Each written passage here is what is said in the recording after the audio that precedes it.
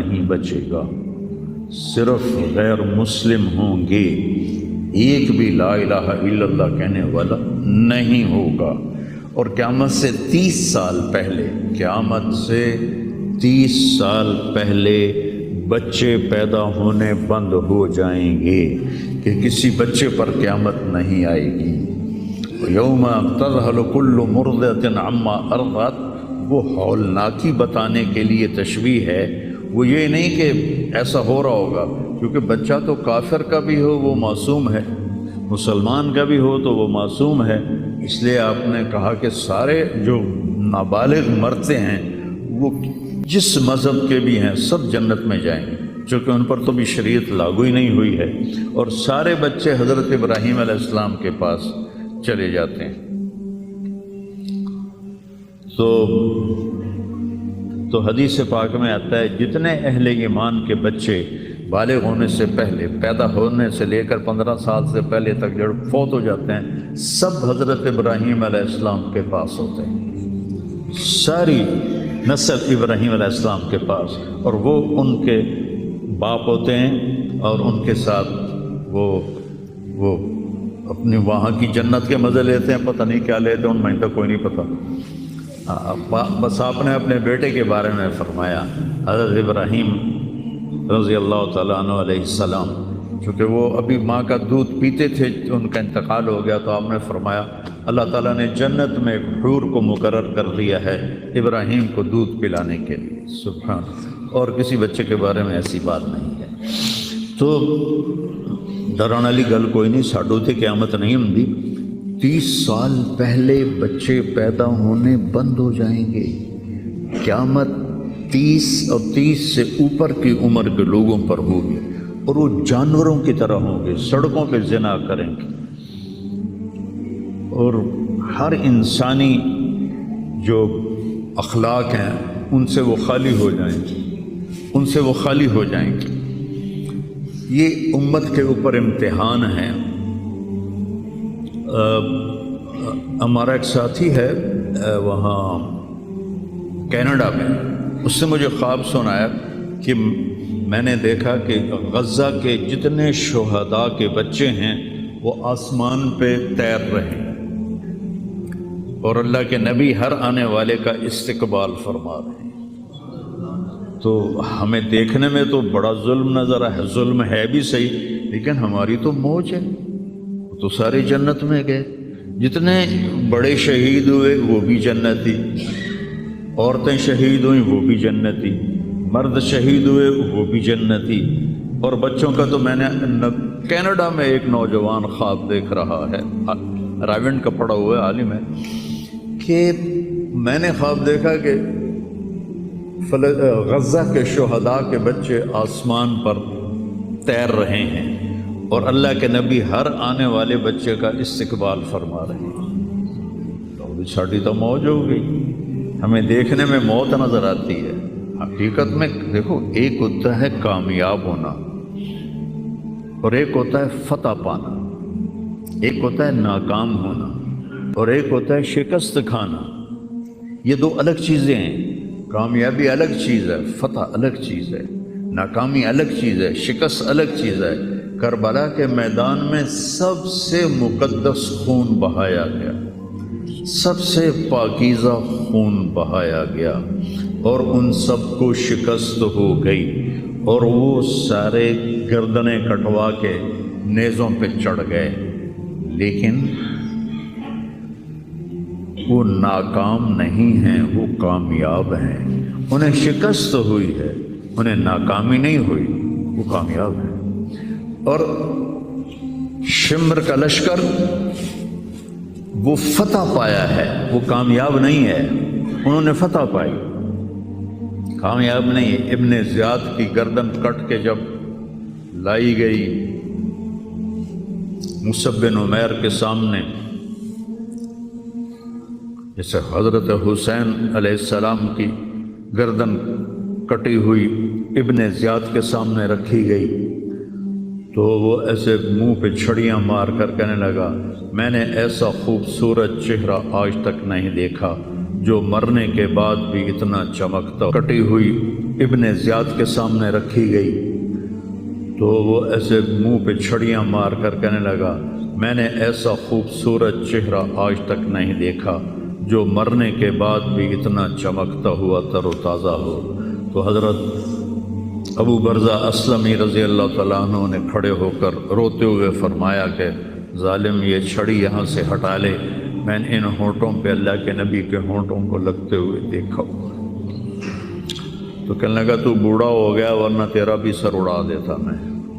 تو جب اللہ تعالیٰ انتقام لینے پر آئے اور ابن زیاد کو قتل کیا گیا اور اس کی کٹی ہوئی گردن آئی حضرت مصعب بن عمیر کے سامنے، تو ایک دم مجمع میں ہلچل مچی، جاءت وہ آیا کیا دیکھا؟ ایک چھوٹا سا سانپ، اتنا انتہائی تیز، وہ تیزی سے آیا اور اس کی ناک میں داخل ہوا اور منہ سے نکل گیا، پھر اس کی ناک میں داخل ہوا اور منہ سے نکل گیا، پھر اس کی ناک میں داخل ہوا، پھر اس کے منہ سے نکل کے پھر غائب ہو گیا۔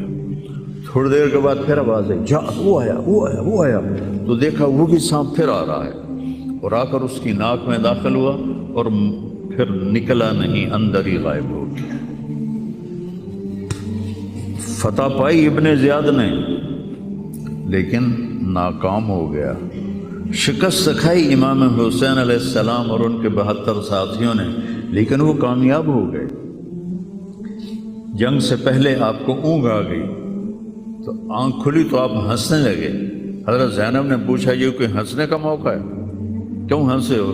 کہا خواب میں اللہ کے نبی ملے ہیں، کہہ رہے بیٹا میں تمہیں لینے کے لیے آ چکا ہوں۔ تو دیکھنے میں شکست ہوئی ہے لیکن وہ کامیاب ہیں۔ عمر بن سعد کو فتح ہوئی ہے، وہ ناکام ہے۔ عمر بن سعد کی کٹی ہوئی گردن بے مختار کے سامنے رکھی گئی، اللہ تعالیٰ نے ایک کو زندہ نہیں چھوڑا، جتنے بھی قاتلین حسین تھے سب قتل ہوئے۔ حضرت عثمان کے قاتل سب طبعی موت نہیں مرے، سب ذلت کی موت مرے۔ تو بھائیو یہ امتحان کی جگہ ہے، اللہ اپنے نبی کی امت کے گناہوں کو دھونے کے لیے ایسے حالات لاتا ہے۔ سب آپ نے فرمایا جتنا مجھے ڈرایا گیا اتنا کسی کو نہیں ڈرایا گیا۔ تو میں بتا رہا تھا ارض فلسطین یہ دوسری مسجد جو زمین پہ بنی 40 سال کے بعد وہ مسجد اقصی ہے۔ 4000 نبیوں کے باپ اور میرے نبی کے دادا ابراہیم علیہ السلام اس سرزمین میں تشریف لائے، وہیں آرام فرما رہے ہیں۔ اسحاق علیہ السلام، یعقوب علیہ السلام، داؤد علیہ السلام، سلیمان علیہ السلام، یحییٰ علیہ السلام، زکریا علیہ السلام، یہ وہ نبی ہیں جن کا قرآن میں ذکر ہے۔ اس کے علاوہ بھی سینکڑوں نبی ہیں جن کے نام نہ تاریخ میں ہیں نہ قرآن میں ہیں، جو اس سرزمین کے اندر ہیں۔ یہ محشر کی سرزمین ہے، یہ نبیوں کی سرزمین ہے۔ میرے نبی نے فرمایا ارض المنشر والمحشر، یہ محشر کی سرزمین ہے اور دوبارہ زمین سے باہر نکلنے کی سرزمین ہے۔ اور پہلا بڑا معرکہ روم اور صحابہ کے درمیان ہوا تھا فلسطین میں، اجنادین کے مقام پر جو آج رملہ کہلاتا ہے۔ رملہ کے قریب یہ روم کی تعداد 90,000 تھی اور صحابہ کی تعداد 30,000 تھی، اور خالد ابن ولید رضی اللہ تعالیٰ عنہ وہ لشکر کے امیر تھے۔ اس وقت وہ عراق میں تھے۔ جب حضرت ابو بکر صدیق کو پتہ چلا کہ جو 18 دن کا تھا اور ایک راستہ تھا جس سے لوگ آتے جاتے تھے وہ 2 مہینے کا تھا، تو حضرت خالد نے فرمایا میں اس صحرا کو پار کروں گا۔ لوگوں نے کہا ہم بھوک سے مر جائیں گے، پیاس سے مر جائیں گے۔ کہا جس لشکر میں رافع ابن عمیرہ ہو وہ لشکر ہلاک نہیں ہو سکتا۔ آئے اشاق گئے وعدہ فردہ لے کر، اب انہیں ڈھونڈ چراغ رخ زیبا لے کر۔ آئے تھے کچھ لوگ جو اللہ کو راضی کر کے دوستی لگا کے دکھا گئے، کب اپنی آنکھوں سے ڈھونڈ چرا کر خزیبہ، تمہیں نظر کوئی نہیں آئیں گے، مرد نظر آئیں گے، انسان کوئی نہیں نظر آئے گا، عورتیں نظر آئیں گی، انسان کوئی نہیں نظر آئے گا۔ تو فرمایا جس لشکر میں رافع ہو وہ لشکر ہلاک نہیں ہو سکتا۔ انہیں فرمایا ہمارے پاس پانی کا بڑا ذخیرہ ہے، ہم ہلاک نہیں ہوں گے، ہمارے پاس رافع ہے، اور وہ شخص ہے کہ جو کہے گا اللہ کرے گا۔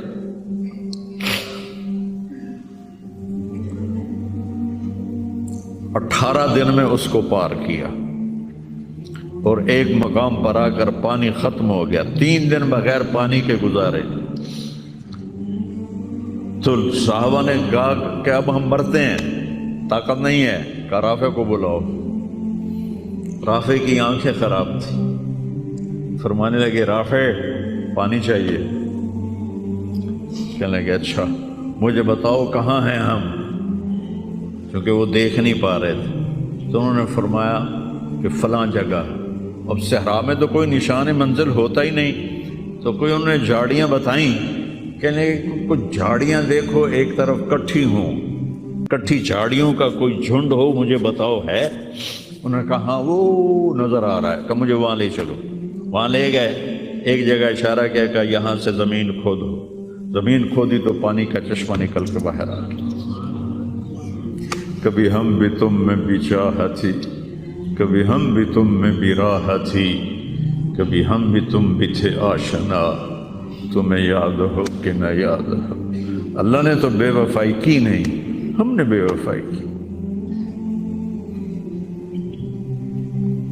اس کی مدد جو رکی ہوئی، یہ بھی اس کی مدد ہے۔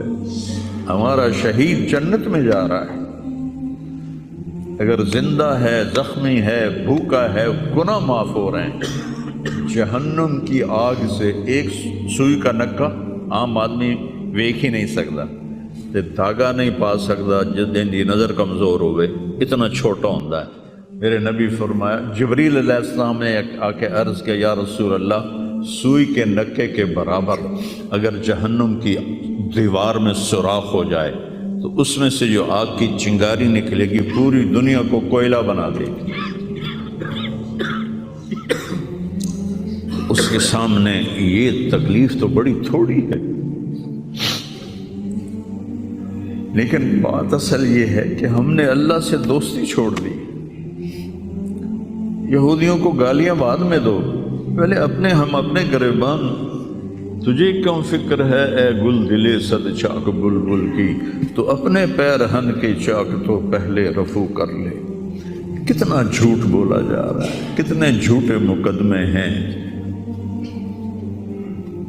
کتنی والدین کی نافرمانی ہے، کتنے گھریلو ناچاکیاں ہیں، کتنا سود چل رہا ہے، کتنا شراب کے ٹھیکے چل رہے ہیں، کتنے لوگ نمازیں چھوڑ چکے ہیں۔ صرف حکمرانوں کو میں کیا گلا دوں، آج ہم سارے اس حمام میں ننگے ہیں۔ تو یہ اللہ کی رحمت ہے، اگر کسی کو اللہ نے اس امت کو اگر دنیا میں وہ جھٹکے دیتا ہے۔ مجھے ایک آیت بھی یاد آ گئی، دونوں کو حال بتاتا ہوں۔ ایک ہے جنہوں نے اللہ کو نہیں مانا، تو اللہ کہتا ہے ذرہم یأکلوا ویتمتعوا ویلہہم الامل فسوف یعلمون۔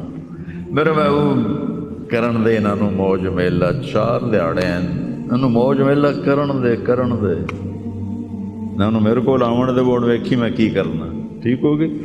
ہمارے بارے میں کیا کہا، وَلَنُذِيقَنَّهُم مِّنَ الْعَذَابِ الْأَدْنَىٰ دُونَ الْعَذَابِ الْأَكْبَرِ لَعَلَّهُمْ يَرْجِعُونَ۔ میں تمہیں دنیا میں چھوٹے چھوٹے عذاب دوں گا، بڑا عذاب نہیں دوں گا آخرت کا۔ یہ غزہ کی جو تباہی ہے یہ چھوٹا عذاب ہے، یہ چھوٹی تکلیف ہے۔ دون العذاب الاکبر فیعذبہ اللہ العذاب الاکبر یصلی النار الکبریٰ، اور عذاب اکبر نار کبریٰ جہنم ہے۔ تو میرا اللہ کہہ رہا ہے کہ میں تمہیں چھوٹے چھوٹے عذاب دوں گا، بڑا عذاب نہیں دوں گا، تاکہ تم توبہ کر کے میری طرف آ جاؤ، اور جو مجھے نہیں مانتے انہوں نے چھٹی دیتی۔ جو بچہ اسکول میں پڑھتا ہے اسی کی حاضری ہوتی ہے، غیر حاضری ہوتی ہے۔ جو پڑھتا ہی نہیں تو اس کی کون حاضری لیتا ہے یا غیر حاضری لیتا ہے؟ اپنے بچہ کوئی غلطی کرے تو اس کو تنبیہ کی جاتی ہے، گلی کا بچہ کو کچھ کرے تو ہم نے کبھی دیکھا ہے کہ کیا کر رہا ہے؟ یہ امت میرے اللہ کی لاڈلی امت، اس وجہ سے نہیں کہ ایسے کوئی بڑے حاجی پارسا ہیں، اپنے حبیب کی وجہ سے، اپنے محبوب کی وجہ سے یہ امت اللہ کی لاڈلی امت ہے۔ اللہ ہمیں بھی بندر خنزیر بنا سکتا ہے، ہمیں کیوں چھوڑا ہوا ہے؟ تو گنبد والے کے لیے درود پڑھو۔